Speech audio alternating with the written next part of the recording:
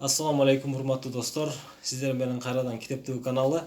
Бүгүн бизде конокто Айжана. Айжана кош келдиң. Айжана Кыргыз-Түрк Манас университетинин студенти. Айжана биздин көрүүчүлөргө өзүң жөнүндө бир аз кененирээк айтып берип, анан бүгүн бизге кандай китептер даярдап келдиң, ошол боюнча сөз кылып берсең. Ассаламу алейкум. Негизи сөзүн башын меримдүү жана ырайымдуу Аллах Тааланын ысмы менен баштайбыз. Менин атым Айжан. Мен Кыргыз-Түрк Манас университетинде казырлык бөлүмүндө окуйм. Мен бүгүн сиздерге даярдап келген китептерим Чыңгыз Айтматовдун Ак кеме китеби жана Хадистердин негизиндеги ислам аттуу китепти даярдап келдим. Биринчи эле суроо болсун. Эки китепти окуп бүтүү үчүн канча убакыт кетти? Негизи Чыңгыз Айтматовдун чыгармасы, мындайча айтканда, аябай кызыктуу да, анан бат эле окудум. Бул китепти мен 3 күндө эле бүттүм. Ак кеме деген китепти. Ал эми Хадистердин негизинде исламды окуп бүтүрүү көбүрөөк убакытты талап кылды. Бул китепти мен 1 айдын ичинде окуп бүттүм. Бирок негизи бул китеп башталышы гана да. Хадистер жинагы негизи 7 бөлүктөн турат. Бул болсо биринчи бөлүмү. Дагы бир суроо болсун. 2019 жыл бүттү, 2020 жыл келди. 2019 жылдын эсебинен канча китеп окуптуң?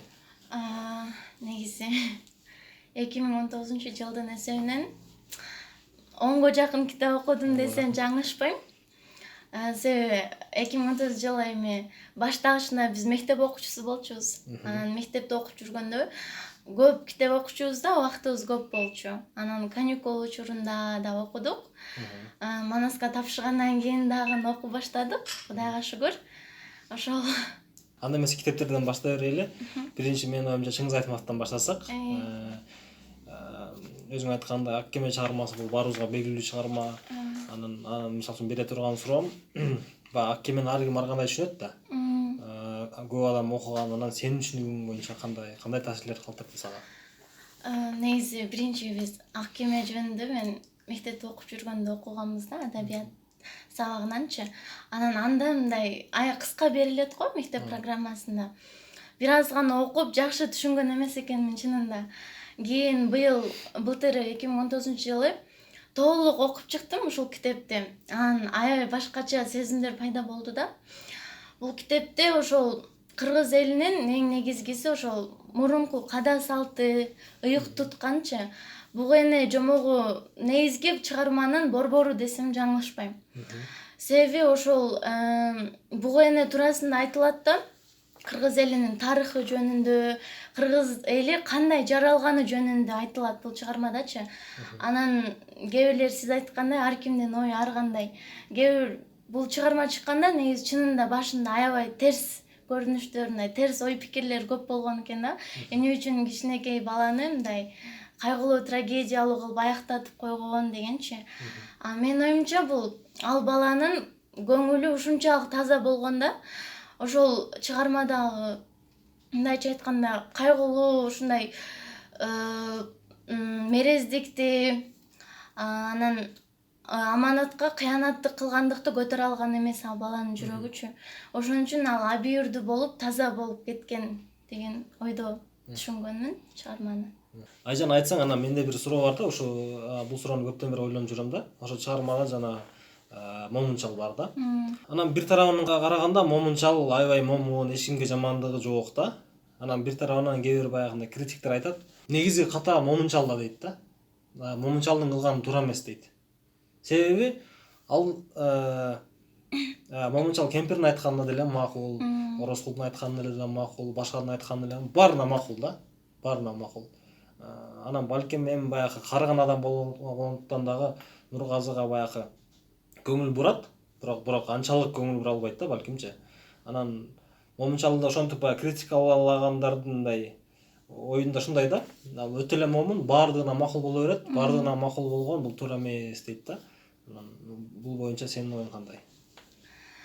Каармандын ошол образы жөнүндө да. Негизинен ошол момунчалдын ошол сиз айткандай китепти аябай мындай негизги каармандардын бири десем болот. ал адам ушунчалык момун болгон, сиз айткандай көңүлү ачык, ак көңүл адам болгондо эч бир адамга өзүнүн жамандыгы тийген эмес, ал адамданчы зыяны тийген эмес. Башка адамдар ага зыян кылса дагы анын колунан жамандык келген эмес да. Сиз айткандай ал жакшылыктарды гана кылган. Анан менин оюмча жок, анда күнөө жок деп ойлойм. Себеби деген ал өзүнүн баласын ойлойт, анан башынан өткөн эки эле кызы болсо, алардын дагы жашоо турмушу мындай туура мындай кандай десем, ойдогудай болбой калганда, ал элестеткен сыяктуучу, улуу кызы ушундай төрө албай, анан баласы жок болуп кайгырып, ал эми күйөө баласы болсо анын үстүнөн кармайт. Ошол сыяктуу дагы эмне үчүн ал Орозкулдун айтканына макул болуп жүрдү? Себеби ошол кызын ойлочу, анан кийин баласын ойлочу, анын жумушу, анын жашоосу ошол Орозкулдун колунда сыяктуу болгондо, анын оюндачы. Эгерде ал Орозкулга каршы чыкканда, анын айткандарына көнбөгөндө, ошол кызынын тагдыры бузулбасын деген ойдо гана анын айтканын кылган. Анан кемпиринин дагы айтканын кылып жүргөн, кемпиринин айтканын кылганы дагы эми ошол өзүнүн өмүрлүк жарынын дагы кеңештерин угуш керек жашоодочу негизи. Анан ошол сыяктуу ал дагы угуп, ошол жашоону мындайча айтканда ошондой элестеткен да. Ошол сыяктуу жашап, анан эч бир инсанга мындайча айтканда жамандыгы, зыянын тийгизгиси келген эмес менин оюмча. Жакшы пикир. Ошого да кошумчалай бир адамдын сөзүн айтсам, бир профессор бар да, психолог, Джордан Петерсон деген. Ошонун ою боюнча бир мындай ойду айтат да.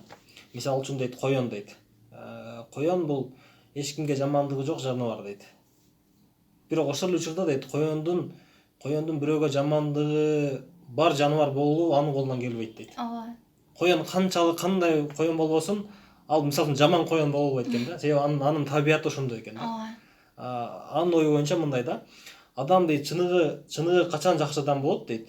Өзүнүн жаман жагын да билип, өзүнүн жакшы жагын да билип, экөөнүн ортосунда баланска келгенде, ошондо адам чыныгы жакшы адам болот экен да. Себеби мисалы үчүн адамдын колунан жаман бир нерсе келет, бирок ошол учурда ал мисалы үчүн жамандык кылбайт. Ооба. Вот ошол экөөнүн ортосунда баланс болгондо адам чыныгы адам деп айта алабыз, чыныгы жакшы адам деп айта алабыз дейт да, анын ою боюнча. Ооба, ошол ойдо да анан мындай дагы сөз бар да. Адам баласы өзүнүн эмес, биринчи убакта башка бир инсандын, мындайча айтканда, өтүнүчүн аткаруу, өзүңдүн өтүнүчүңдөн дагы жогору туруш керек экен да. Мындайча айтканда, ал нерсе сага зыян келтирсе дагы, сен башка адамдын муктаждыгын жаап беришиң үчүн ал сенин алдыңда милдет сыяктуу болот экен. Ошондо сен аябай мыкты инсан болот экенсиң да. Биринчи кезекте сен өзүңдү эмес, башкалардын, мындайча айтканда, муктаждыгын, башкалардын ой пикирин өзүңдүн ой пикириңден жогору койгонуң. Айжан, рахмат. Бул чыгарма боюнча дагы бир суроо болсун. Аккемеден башка дагы биздин улуу жазуучубуздун чыгармалары көп, кызыктуу чыгармалары көп. Бирок ошонун ичинен Аккемени тандап окусоң, эмне үчүн Аккеме жана Аккемеде эмнелер сунуштайт элең? Аябай жакшы суроо. Негизинен Аккеменин сюжети жаратылышта деп деле айтылат го, табиятта депчи. Мен өзүм жаратылышты аябай жакшы көрөм, табиятты, жаныбарларды дегендейчи.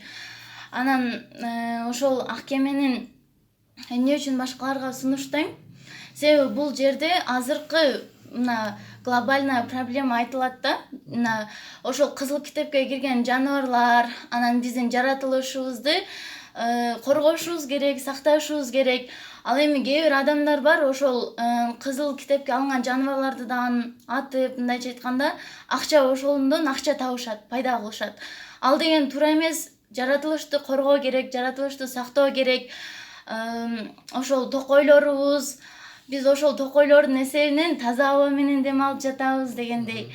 Ошол жаратылышка мындайча айтканда өзгөчө маани бериш керек да.